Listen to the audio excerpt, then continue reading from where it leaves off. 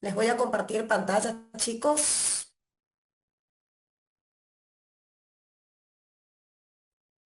No sé si logran ver bien. Chicas, chicos, Ahí se cuéntame. ve, doctora. Espectacular. Mi nombre es Norma Díaz. Soy especialista en odontopediatría. Eh, bueno, el tema que vamos a tocar hoy va a ser tema de cariología y restauraciones y materiales dentales.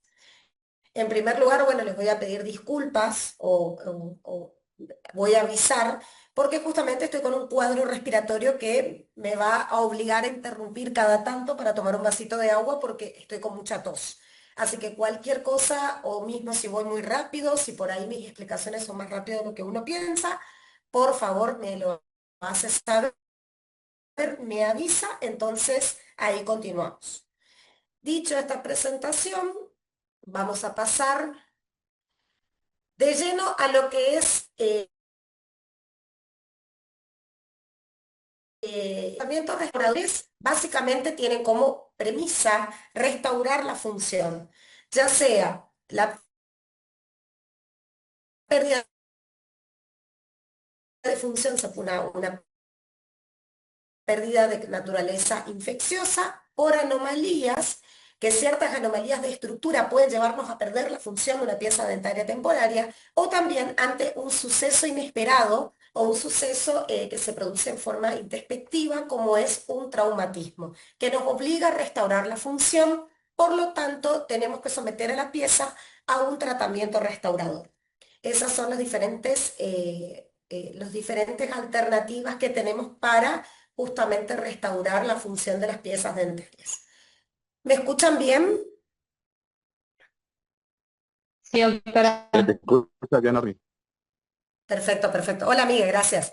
Bueno, dicho esto, vamos a lo que es, o vamos a introducirnos de lleno a lo que es la parte de cariología.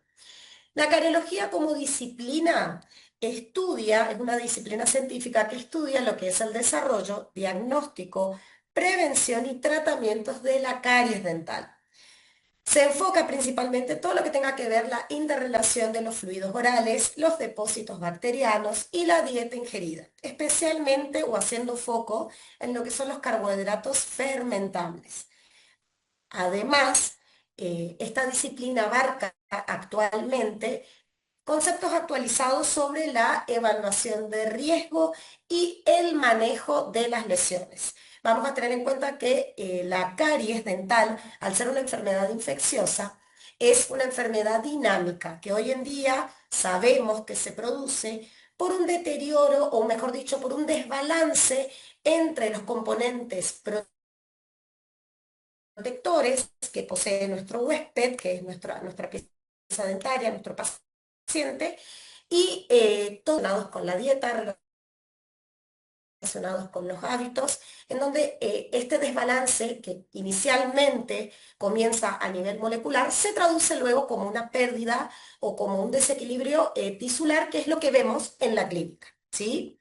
La caries dental como enfermedad, si bien es un concepto que seguramente ya lo vienen dando a lo largo de la carrera, básicamente consiste o tiene involucrado distintos tipos de factores.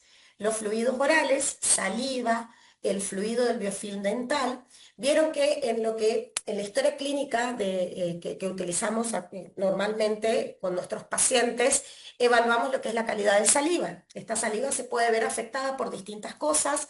Podemos tener en cuenta que hay chicos que incluso ingieren cierto tipo de medicación que afecta la producción y la consistencia de esta saliva, haciendo de que justamente este factor protector no se encuentre a disposición para defender ante justamente los distintos microorganismos que se involucran en la caries dental. Que dicho sea de paso, y no lo nombré, ya sabemos que es por la actividad justamente acidúrica del Streptococcus mutans en esencia, ¿sí? Los depósitos bacterianos, el biofilm y sus disbiosis, la dieta, todo lo que tenga que ver con carbohidratos fermentables, especialmente azúcares libres, y epidemiológicamente si bien es una enfermedad con mucha prevalencia y todavía con mucha incidencia, afecta a superficies oclusales en niños, también en proximales, y en adolescentes y jóvenes, y en superficies radiculares en adultos mayores. ¿Estamos bien hasta acá? Sí, Perfecto. profe. Sí, doctora. Súper. Seguimos entonces. Bueno, teniendo en cuenta que, como ya dije anteriormente, es un proceso dinámico. Constantemente se vienen haciendo distintos consensos o actualizaciones entre las diversas personas o entendidas en la disciplina de cariología, en las cuales van llegando a distintos tipos de determinaciones o premisas en cuanto a actualmente lo que implica el diagnóstico, el manejo de la caries y el manejo de la lesión. El diagnóstico es más de lo que siempre repetimos y sabemos y lo tenemos incorporado. Tiene que ver con todos aquellos procedimientos que implican la detección, ya sea de la lesión cariosa. La lesión cariosa es todo aquello que es susceptible o que se puede remover, ¿sí? Puede estar presente o no, la detección de presencia de caries bacterianas, el control patológico de la enfermedad como un proceso patológico, cuando ésta no puede ser removida, no es lo mismo una lesión de caries que una enfermedad de caries dental, que más adelante vamos a hablar de eso. El manejo de la caries, que determina lo que es la evaluación, el conocimiento de la integridad de la pieza dentaria y el uso de los parámetros biológicos, como la clínica, los estudios radiográficos, entre otras cosas. Y el manejo de la lesión se refiere a todo lo que tenga que ver con el abordaje de la lesión en primer lugar, y la remoción de la misma cuando ésta sea posible. Entonces, podemos definir o podemos llegar a una determinación de que actualmente el manejo moderno de caries trata de enfocarse o trata de orillarnos a la utilización de técnicas que sean lo menos invasivas posibles, con el fin de darle mayor protección a la estructura dentaria sana.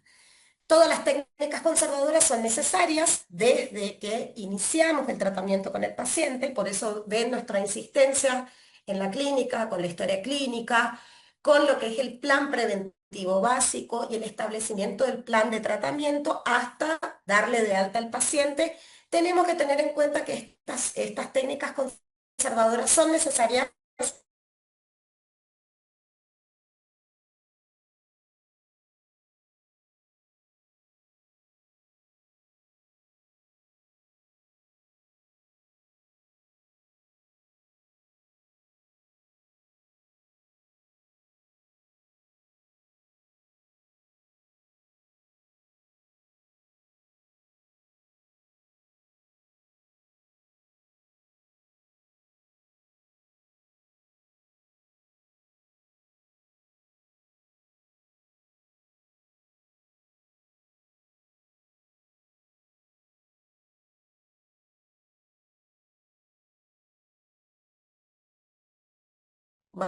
Vamos a grabar y ahí ya retomo la reunión.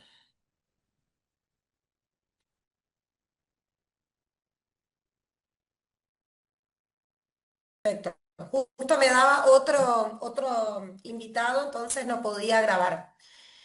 Bueno, continuamos con lo que es el concepto, o mejor dicho, las concepciones actuales con lo que refiere a caries dental. El manejo moderno consiste justamente en la utilización de técnicas menos invasivas. También todo lo que tenga que ver con la interrelación entre los distintos factores de riesgo, las condiciones de la pieza dentaria y que además de todo eso tenga distintos tipos de técnicas conservadoras que se deben tener en cuenta desde la decisión inicial hasta el final de tratamiento que nos tienen que acompañar. ¿Sí? Perfecto. Entonces, teniendo en cuenta, dentro de las tantas clasificaciones que existen, lo que nos podemos encontrar hoy en día son con dos tipos de lesiones cariosas, ¿sí? Las lesiones cariosas son aquellas que son susceptibles de remoción. La enfermedad de caries dental, por el contrario, es aquella enfermedad la cual está instalada con sus factores de riesgo y con todo lo demás, pero que ya es la enfermedad una vez instalada. La lesión cariosa es todo lo que es susceptible a remover.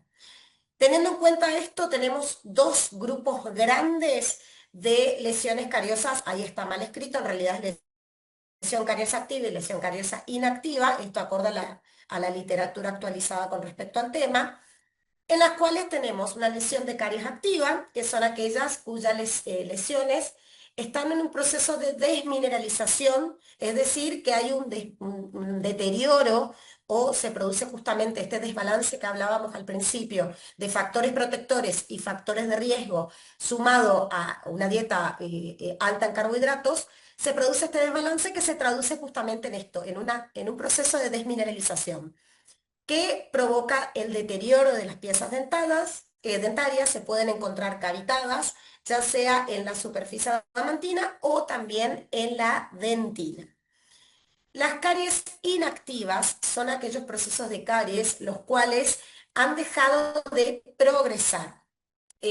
Justamente en la literatura se puede ver que algunos autores se animan a llamarlo como una especie de cicatriz de la lesión cariosa, ya que es un proceso de caries activo que por diferentes tipos de causas ha detenido su progreso y por tanto ha quedado y se suele manifestar clínicamente en zonas donde los dientes no han acumulado placa, pueden aparecer como una superficie lisa, de una consistencia dura al examen clínico.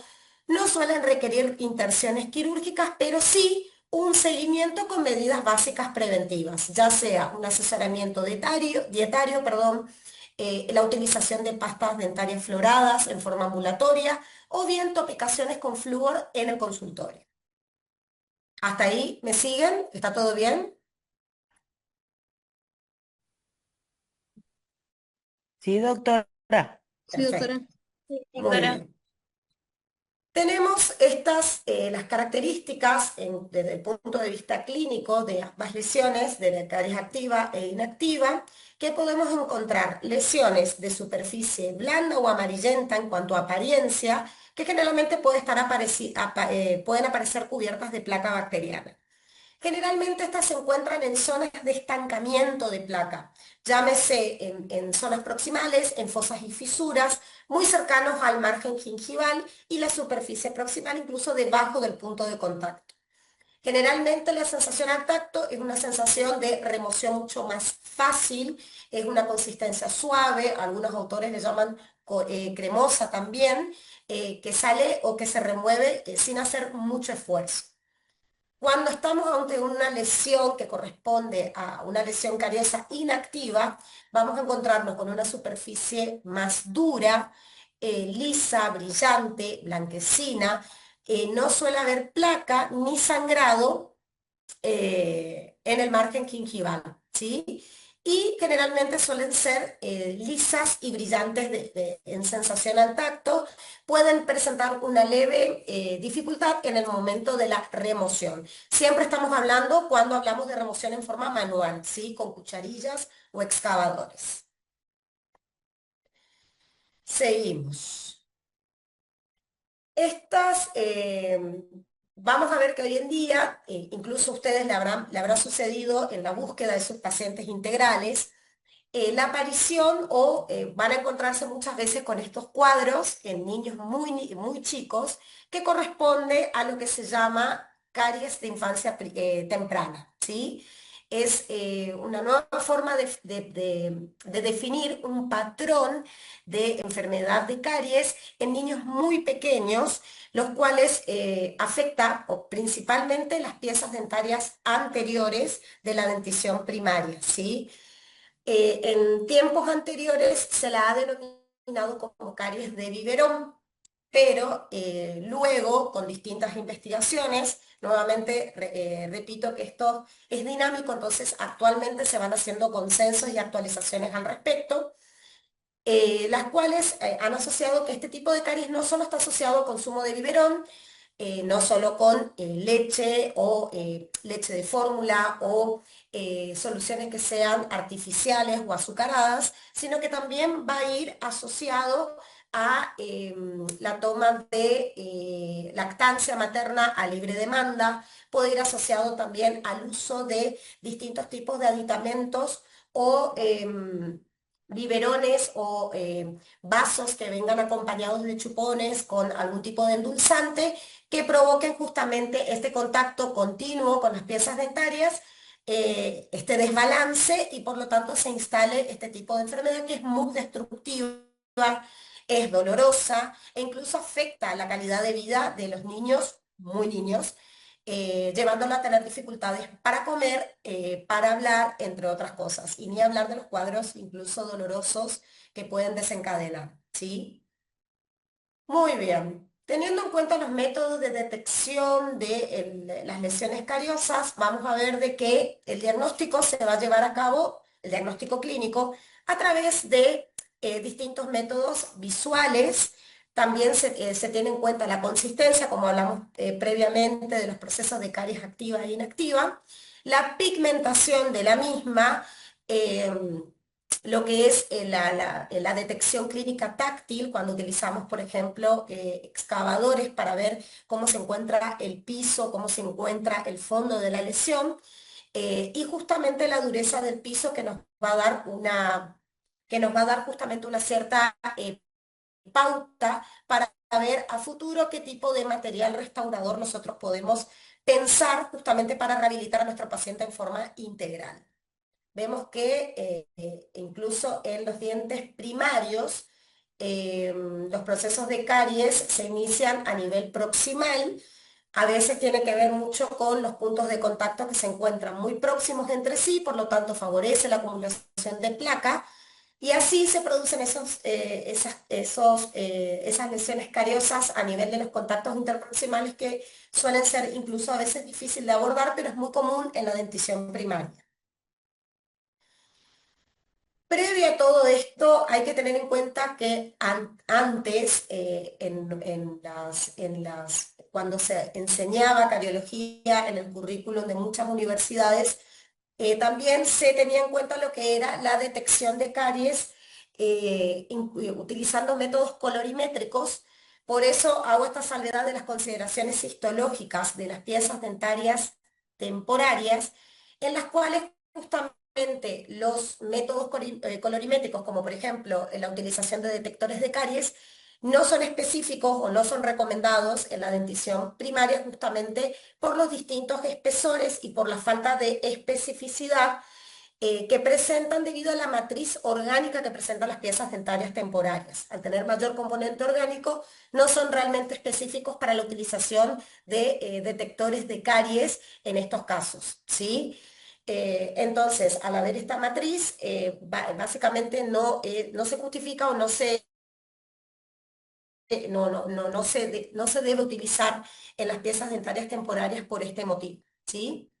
Muy bien. Dentro de lo que es también la cariología, vemos que hay distintos tipos de remoción. Hace total, ¿sí? Era remover todo el tejido cariado a desmembro o independientemente si se encuentra tejido dentario sano o no. Hoy después se manejan otro tipo de conceptos como la remoción selectiva de caries, ¿sí? Que tiene que reunir ciertas premisas para que eso funcione como tal. La primera premisa nos habla de lo que es el perímetro de nuestra cavidad, tiene que encontrarse totalmente rodeado por un esmalte sano, con un sellado hermético. Es decir, que la dentina debe tener periférica, debe ser dura, con unas características táctiles similares a una dentina que se encuentre sana. Sobre la pared pulpar de la cavidad debe dejarse dentina tejido carioso, perdón, con una consistencia firme, de forma tal de que pueda soportar o que pueda, sí, o que tenga una dureza aceptable para el material de obturación que va a recibir más adelante. Y en aquellas lesiones más profundas que el paciente no presente ningún tipo de síntoma de inflamación irreversible, o sea, cuando llegan desde el punto de vista también radiográfico al tercio interno de la dentina, esta dentina selectiva solo llegará hasta lo que es la dentina coriácea o blanda, pero sin exponer o irritar la pulpa, siempre siguiendo las premisas básicas de tratar de evitar ser lo más invasivo posible o eliminar tejido que esté sano en forma innecesaria, ¿sí? La remoción selectiva de caries generalmente se puede hacer con instrumentos también de baja velocidad o también se hace con los excavadores o cucharillas a través de la utilización de método manual. Hablando de estadios de la dentina, ¿cuáles son los distintos estadios y su correlación también con el tejido de esmalte que se encuentra afectado? Vamos a ver que la dentina blanda es aquella capa de dentina que es clínicamente necrótica, posee un biofilm microbiano que está fuertemente adherido y es una zona contaminada, es una zona con muchas bacterias ácidas y son anaerobias facultativas. Por lo tanto, promueve lo que es el metabolismo y el crecimiento de estas colonias de microorganismos, ¿sí? La dentina corácea es aquella que tiene pocos miligramos de microorganismos por miligramos, perdón, escasos nutrientes y una atmósfera que no es estrictamente anaerobia. Por lo tanto, las condiciones no están dadas como para que pueda seguir multiplicándose esas colonias de microorganismos, ¿sí? La dentina dura es aquella zona oscura de consistencia dura en la cual se caracteriza básicamente por el proceso de desmineralización. Recuerden de que esto pudo haber sucedido de que el proceso de caries pasó de ser un proceso activo a desactivarse por el camino, como quien dice, o controlar los distintos factores que desencadenan de que ese proceso activo de caries continúe su camino y se detenga mostrando como esta especie de cicatriz o como esta especie de lesión, la cual nos indica de que en cierta forma también el organismo, el huésped, se defendió ante el avance justamente de los microorganismos. Son menos resistentes a los cortes y a los ácidos. Luego vamos a tener las diferencias entre dentina infectada o afectada, en la cual la dentina infectada es aquella que está desnaturalizada irreversiblemente, no tiene capacidad de remineralización, se encuentra muy infectada y suele ser insensible. Aquella capa de dentina afectada es aquella que está desnaturalizada pero reversiblemente, ¿sí? Por lo tanto, conserva esa capacidad remineralizable.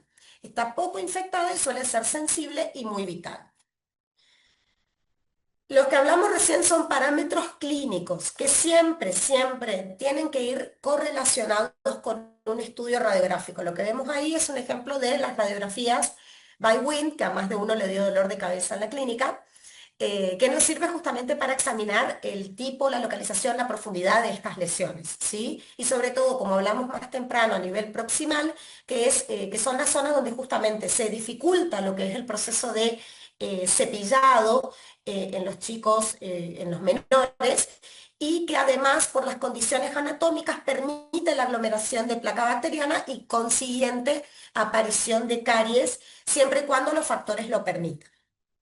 ¿Hasta acá vamos bien, chicos? ¿Alguna pregunta?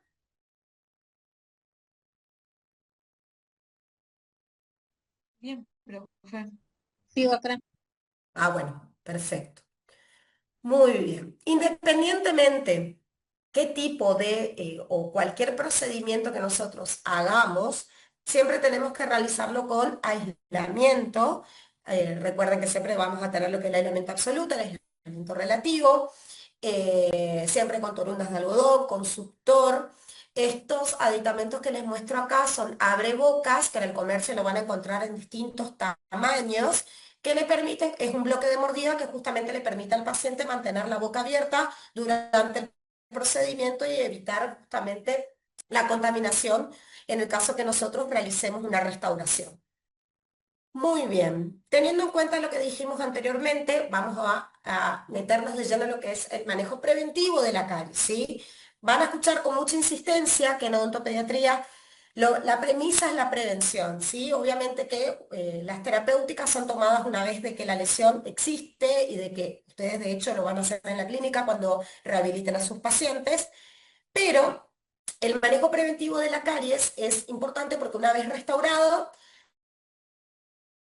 tenemos que seguir también insistiendo con hábitos, tenemos que seguir insistiendo con diversas conductas que tiene que adoptar el paciente, no solo para no repetir la enfermedad, sino también disminuir aquellos factores de riesgo. Acuérdense que el riesgo es algo que pueda llegar a suceder en forma inesperada. Entonces, tratar de controlar ese riesgo que tiene el paciente y eso lo hacemos mediante la personalización que le pedimos todas las docentes y los docentes en las clínicas previo a comenzar cualquier tipo de tratamiento rehabilitador o restaurador, ¿sí? Porque tenemos que conocer al paciente con nombre y apellido, como siempre le decimos, cuáles son sus factores de riesgo y actividad y en función a eso y en conjunto de otros factores, vamos a decidir cuál es la mejor terapéutica para esa pieza dentaria y después poder mantener una serie de hábitos sostenibles con el tiempo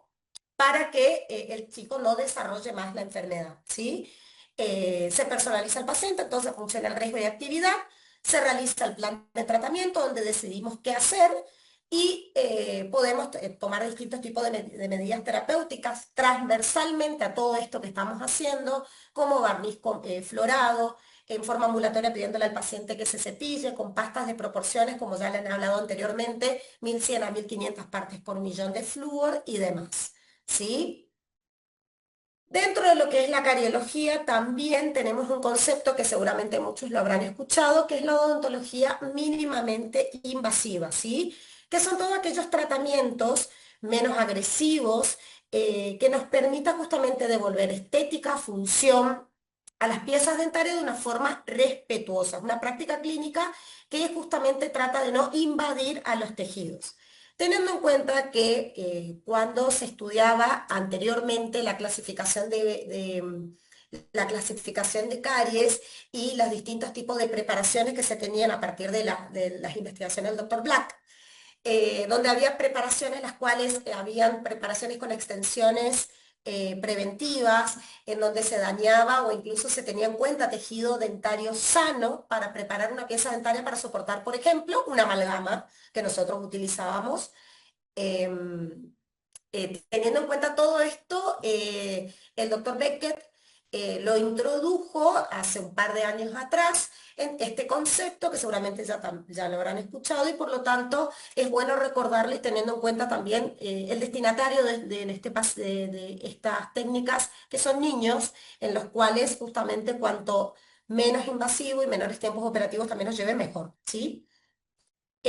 Propone técnicas alternativas al tratamiento convencional que implican la eliminación de toda la dentina infectada, preservando la dentina afectada sin microorganismos, como dijimos hoy, en un medio que no sean capaz o no puedan multiplicarse y con capacidad sí, con capacidad remineralizante.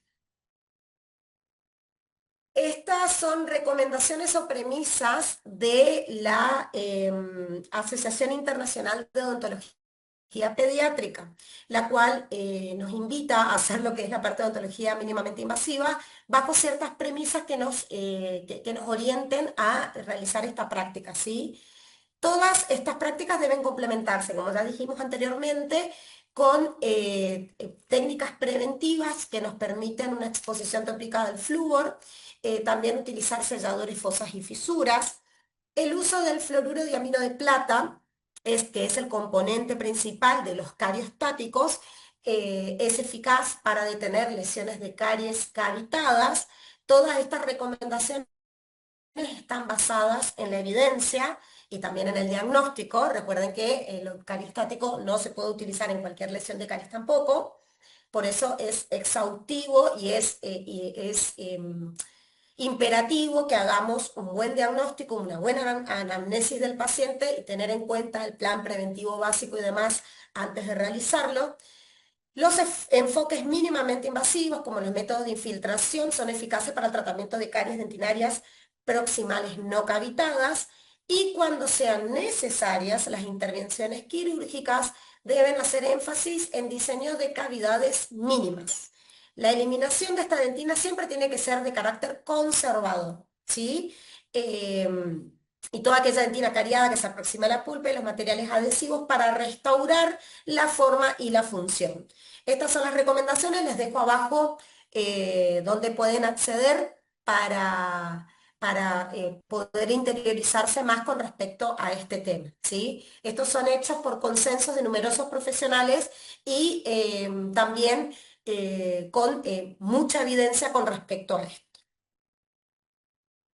Bueno, terminando un poco lo que es la parte como introductoria de lo que es cariología, dar conceptos básicos con respecto a eso, nos vamos de lleno a lo que son materiales de restauración. Hasta acá, ¿alguna pregunta, duda, aclaración, doctoras? ¿Hay algo que quieran aclarar previo a seguir a materiales de restauración? No, para mí está bien, Normi.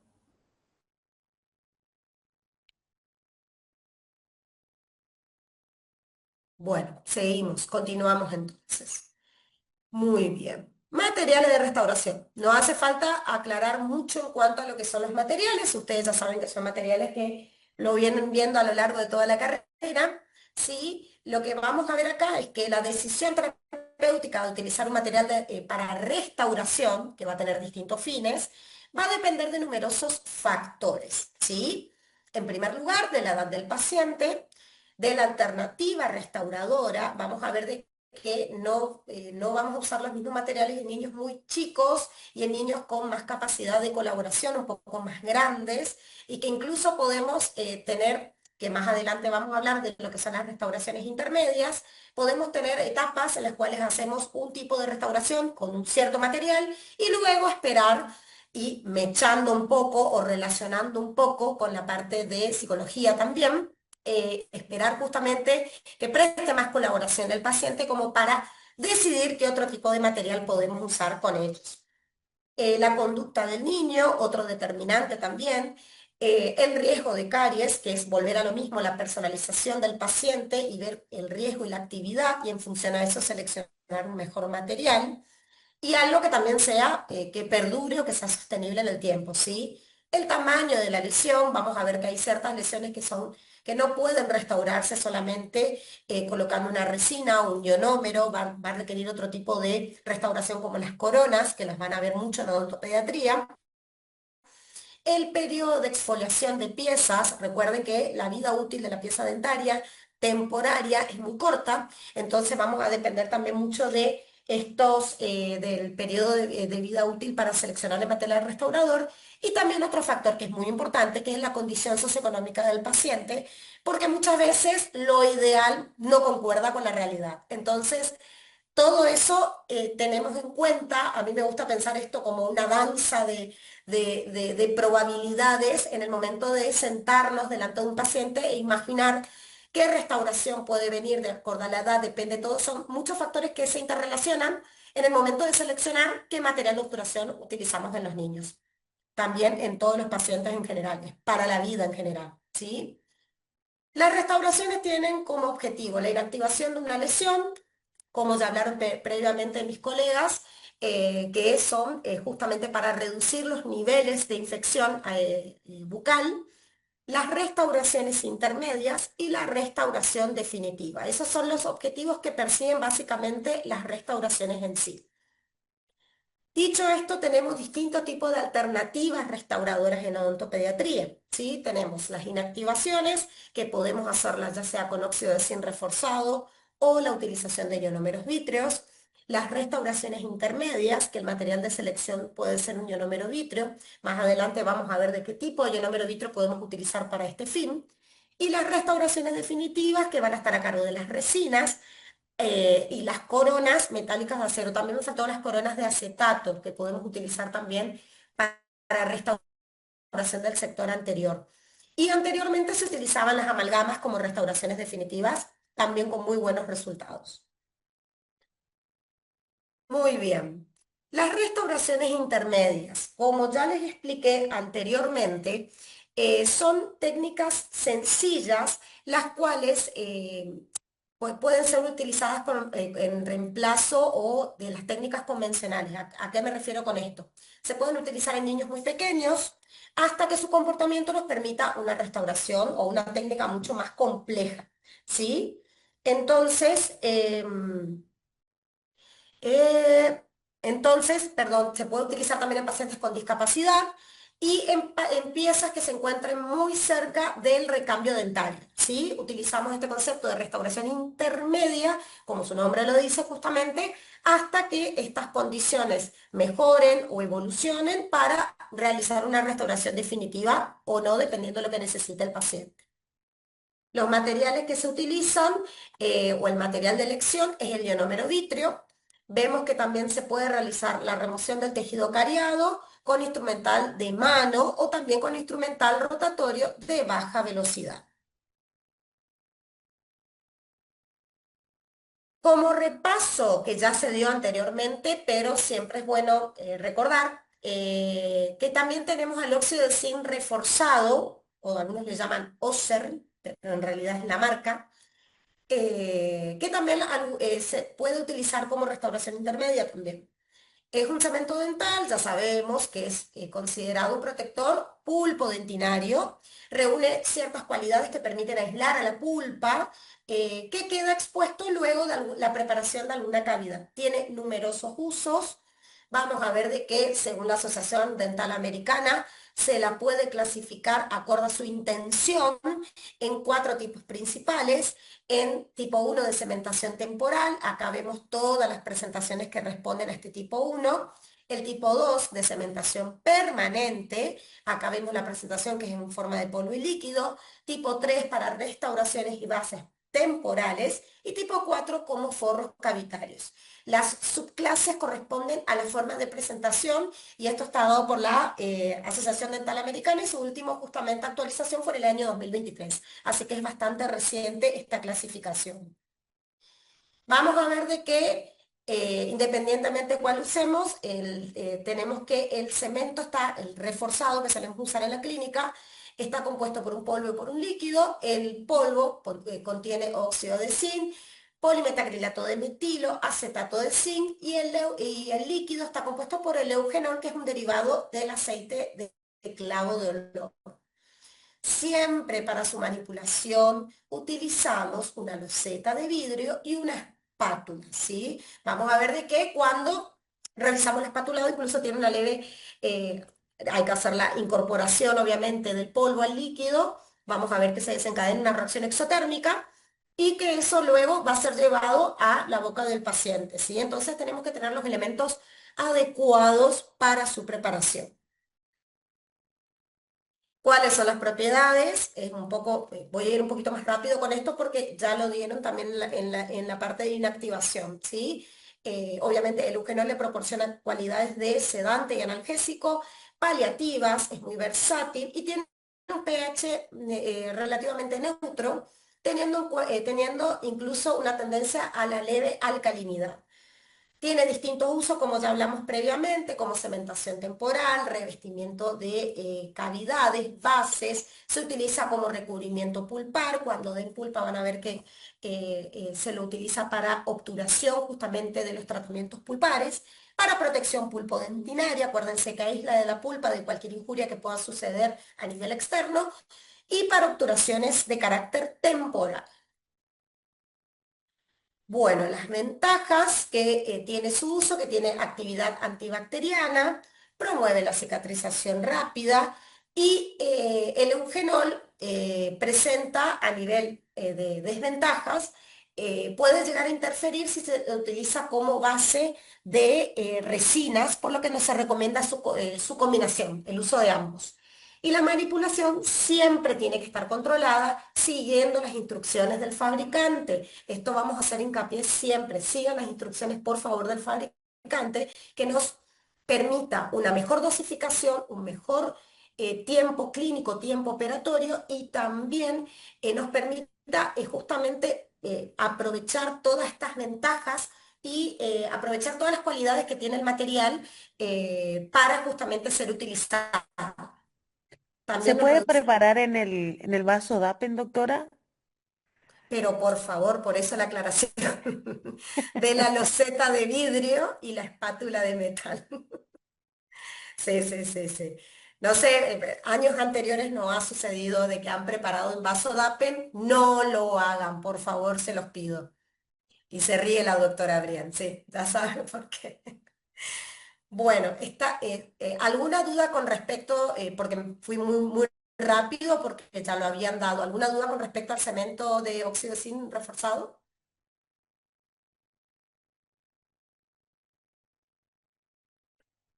¿No? No, Bueno. Seguimos entonces. Ionómero vítreo, nuestro caballito de batalla, un material que utilizamos mucho en odontopediatría, tenemos distintos tipos de presentaciones. Vamos a ver de qué es un material que fue introducido en la época del 70 y justamente aparece con cualidades como la adhesión química a los tejidos dentales, la liberación de flúor y la biocompatibilidad, ¿sí? Lo cual hace un material de elección para procedimientos mínimamente invasivos también en pacientes pediátricos, ¿sí? Hay distintos tipos de presentaciones, vamos a ver que van a cambiar incluso su coloración, acorde si son de autocurado, de fotocurado, ¿sí? Si están compuestos con resina o no, como por ejemplo el vitrebón y demás. ¿Cuáles son las propiedades de este ionómero vítreo? Son materiales que presentan una muy buena adhesión química, se unen directamente al esmalte dentina mediante puentes de hidrógeno e intercambio iónico, por lo cual no necesitan grabado ácido. La liberación prolongada de flúor. Hay una capacidad cariostática que está demostrada en la literatura, en donde hay una liberación inicial de 100 a 200 partes por millón en las primeras 24 horas de aplicado y una liberación sostenida durante años. Por lo tanto, es un excelente material para ser utilizado en odontopediatría. La biocompatibilidad, tenemos en cuenta de que tiene un pH inicial ácido, recuerden que su composición tiene un componente ácido, por lo tanto, puede tener un pH inicial ácido que luego es neutralizado sin producir ningún tipo de daño pulpar, ¿sí? Sobre todo en cavidades que son profundas. Vamos a ver que es biocompatible, tiene un coeficiente de expansión térmica similar a la pieza dentaria, por lo que reduce la posibilidad de microfiltraciones y es de fácil manipulación. Por lo tanto, es un buen material de selección en restauraciones. ¿Cuándo está indicado? Está indicado en restauraciones temporarias, en la técnica traumática.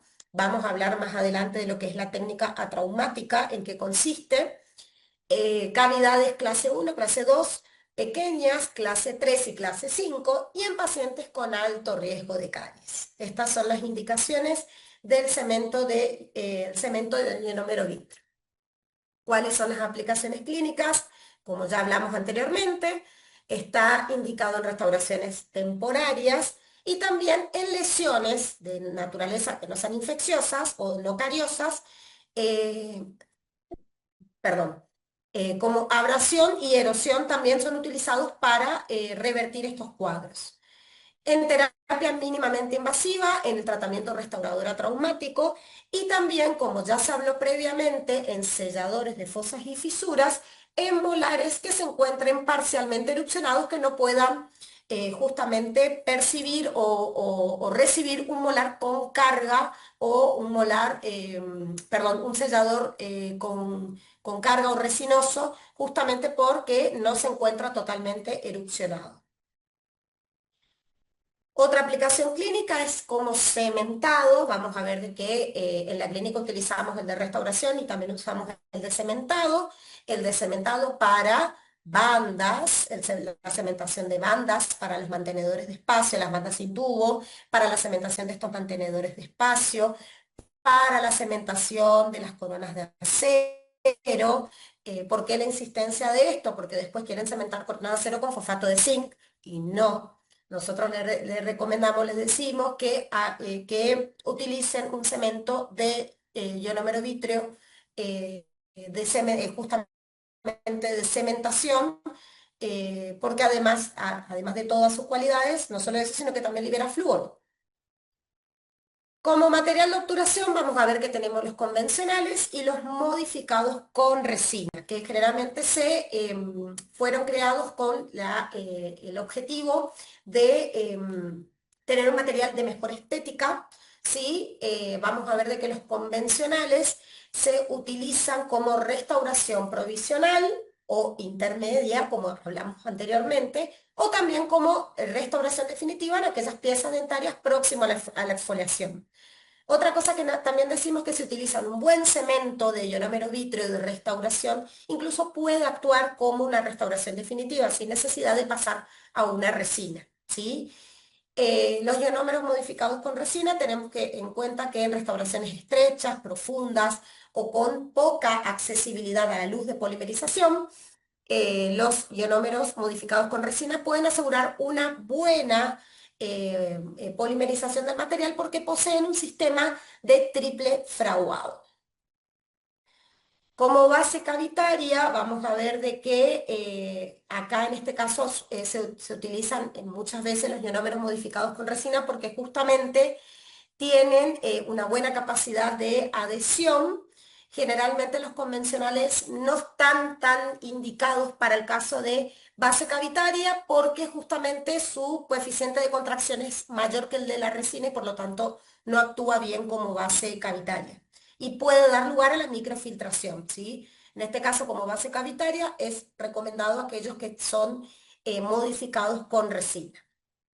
Como material de cementado, como hablamos anteriormente, el cementado de bandas también se utiliza para cementado de incrustaciones, bandas de ortodoncia, bandas para mantenedores, coronas de acero, coronas metálicas.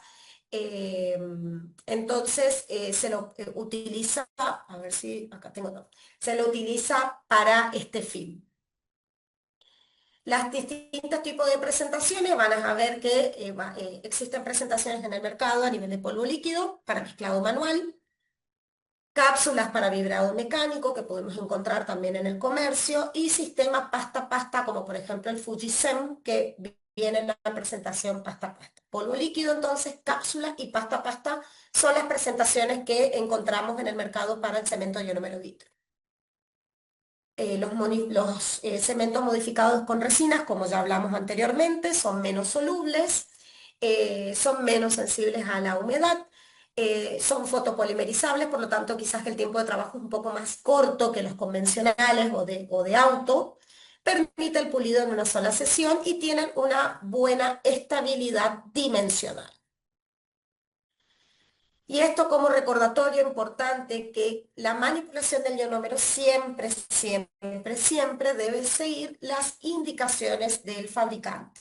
Nuevamente, para aprovechar todas las cualidades y las bondades que ya vimos anteriormente, la correcta dosificación no solo reduce el tiempo de trabajo, lo hace más fácil para ustedes, para el chico, y además obtienen restauraciones mucho más satisfactorias teniendo en cuenta una correcta dosificación y manipulación del mismo. ¿Sí? ¿Alguna duda con respecto a el ionómero vítreo antes de pasar para qué se lo utiliza?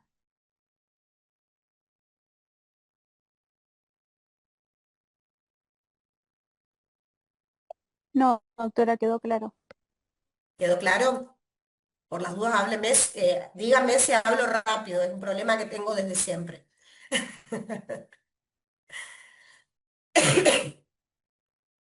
Bueno, continuamos entonces. Aparte de todos los usos que dijimos anteriormente, quería hacer hincapié en estos dos en particular.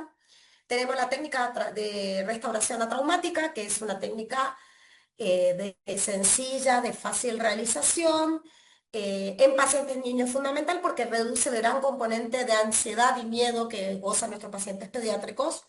No requiere instrumental rotatorio, se realiza con instrumental de mano, de forma manual, con un aislamiento relativo y no requiere el uso de anestesia local. Utilizamos el ionómero para la posterior restauración.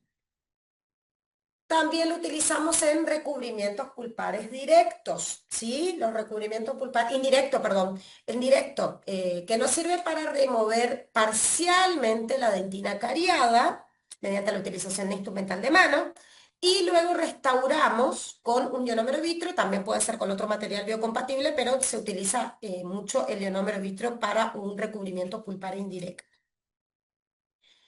Muy bien, y por último pasamos a las resinas. ¿sí? Las resinas son utilizadas en odontopediatría. Utilizamos resinas en odontopediatría.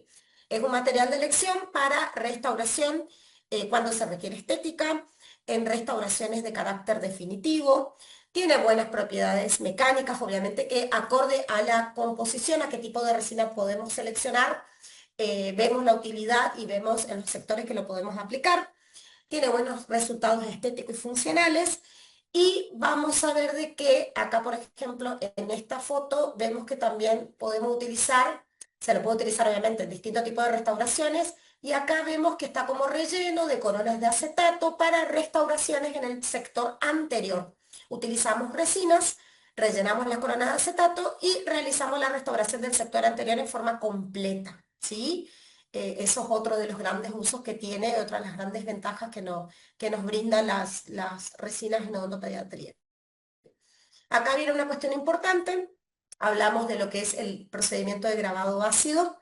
En este artículo se habló de lo que es, o se examinó, mejor dicho, distintos tipos de piezas dentarias que fueron sometidas a distintos tipos de tiempos de grabado ácido, con un ácido fosfórico del 35 al 40%.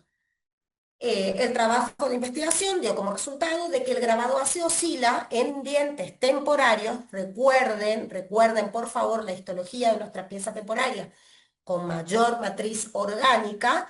El tiempo oscila entre los 15 a 60 segundos aproximadamente para asegurar una adhesión correcta de los materiales dentales. En este trabajo de investigación que está abajo, si quieren pueden acceder, no hay ningún problema. Estudia distintas piezas dentarias, las cuales fueron sometidas a 15 segundos, los cuales la porosidad o mejor dicho, el grabado no fue lo suficientemente significativo. Luego a 30 segundos, perdón, 30, 60 y 90 segundos, donde daba un grabado ácido mucho más uniforme y que permitía justamente una mejor adhesión del material. Entonces, como consenso, se llega a entre los 15 y los 60 segundos aproximadamente para el grabado ácido para la colocación de resinas, ¿sí? Seguimos. ¿Cuándo está indicada las resinas? En restauración de proximales, en restauraciones oclusales, en restauraciones vestibulares. Puede ser utilizado en dientes deciduos, en dientes permanentes jóvenes también, en procedimientos restauradores temporales de caries o también de traumatismos, ¿sí? Nos brinda numerosas ventajas el uso de resina, ¿sí? Una buena estética, una adhesión conservadora, un pulido y acabado, ¿sí? Una buena flexibilidad y resistencia, tiene unas características mecánicas similares al diente natural, lo cual lo protege al diente de eventuales fracturas. Es muy versátil, se puede usar en anteriores y posteriores. Existen incluso ciertas resinas, las cuales son resinas pediátricas, no sé si actualmente están entrando al país, pero en su momento entraron, que eran translúcidas, por lo tanto imitaban muy bien el esmalte de las piezas dentarias temporarias y eran de elección justamente para restauraciones, sobre todo anteriores. Presenta una adhesión conservadora y buenas propiedades de pulido y acabado. Entonces, al tener esa superficie lisa, evita lo que es la acumulación de placa bacteriana. También presenta desventajas, la durabilidad limitada, algunas pueden durar de 7 a 10 años, obviamente estamos hablando de dientes deciduos, pero también podemos hablar en permanentes jóvenes que pueden estirar un poco más el tiempo de duración. Son sensibles a la humedad, la técnica es sensible, por lo tanto puede ser un poco tediosa en la utilización, sobre todo en niños, ya empiezan a tratar niños, saben que los tiempos operatorios son mucho más cortos, la saliva es mayor, entonces muchas veces eso puede llegar a dificultar un poco lo que es la técnica o los pasos operativos para una colocación de una resina.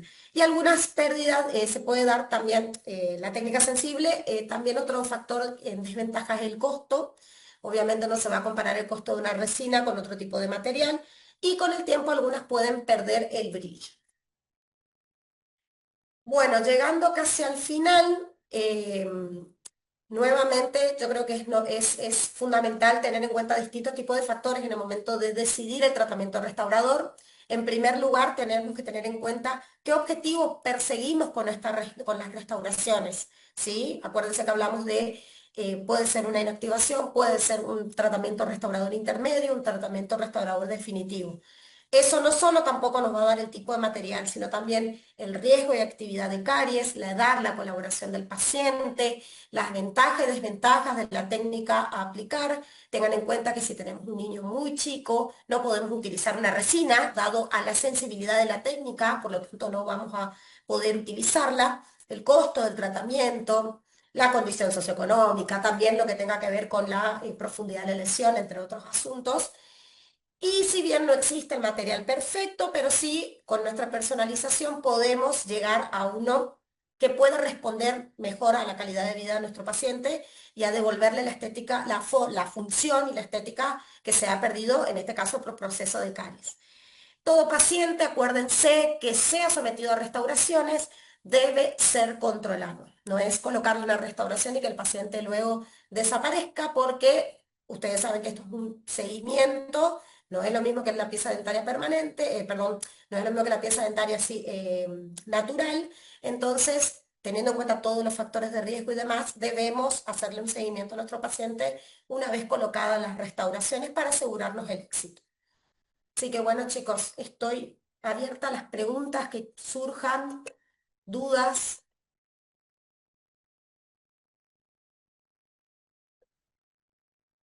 Traté de simplificar lo mayor posible. Es un tema largo, Normi, se entendió perfecto. Una sola salvedad eh, señora. dentro de materiales de restauración, como bien lo dijo la doctora recién, la doctora Norma, en niños se utiliza mucho todo lo que es coronas. Ya se verá en función de lo largo que es este tema. Ella lo habló muy bien a todo lo que es materiales de restauración, ionómeros, resinas, todo lo que es cariología es un tema muy largo. La parte de coronas, que también es un capítulo inmenso, ¿no? Ontopediatría, ella lo nombró, esto siempre se daba como dos teóricos, pero ya se verá oportunamente cómo se dará el tema de coronas. Pero para que sepan, coronas Sí, dentro de su programación y en el momento en que ustedes vayan a rendir final, entra como material de restauración. La doctora lo nombró y lo nombró muchas veces. Después se verá cómo lo hacen, cómo se le va a dar el tema aparte. ¿Tá? Pero tenemos coronas, tenemos las coronas de acero, las coronas con frente estético, ¿tá? Todo eso se verá después, exactamente. pero es un tema muy largo, ¿eh? Dentro de materiales, ahí está mostrando la doctora, dentro de restauración, Claro, que quieren, ella lo que nombró, claro, ¿tá? Eso nomás. acompañando a lo que dice la doctora, es un tema largo también porque requiere todo lo que tenga que ver con la preparación, la adaptación de las coronas. Se vuelve a hablar también un poco de histología, teniendo en cuenta el tejido dentario que va a recibir, las profundidades de la lesión, cuándo colocamos una corona, cuándo no.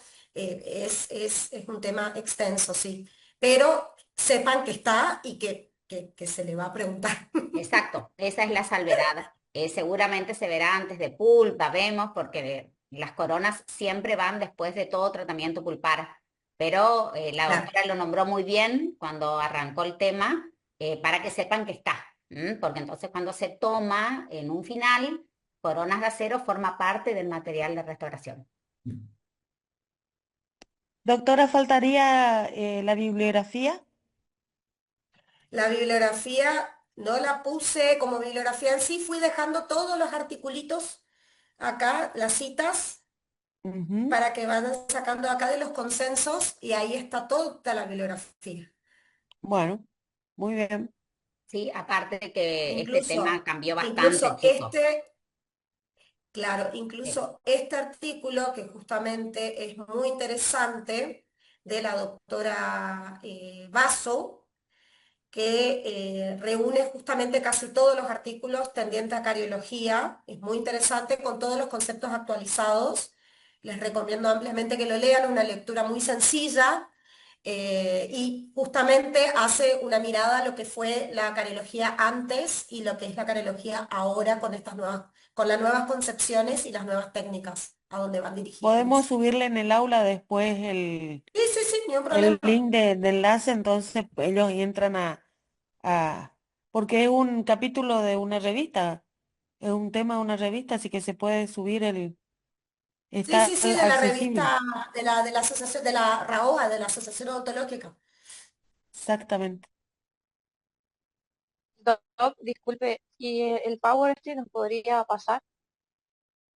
Esto está ahora grabado, ¿no? Sí, Sí, no, está pero se va a grabado. levantar, Normi se levanta en el canal de Sí. YouTube de la cátedra. Como dijimos en el teórico anterior, todos los teóricos, luego de las 48, 72 horas, esto que se grabó, la doctora lo va a levantar en el YouTube de la cátedra de odontopediatría. ¿Está? El canal sería. Gracias. Exacto, al canal del YouTube de la cátedra.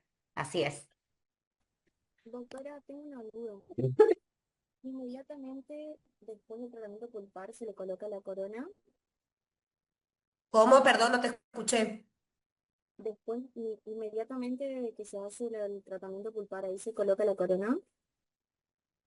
Claro, como una obturación definitiva. Eso lo van a ver en tratamientos pulpares.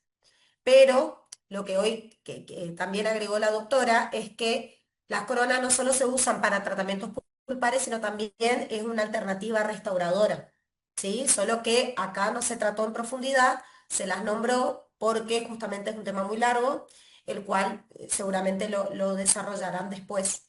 Pero no solo como tratamientos pulpares, sino también es una alternativa en los tratamientos restauradores, sobre todo en procesos de caries muy extensas donde no alcanza un material de restauración por la posibilidad de microfracturas y demás. Gracias, doc.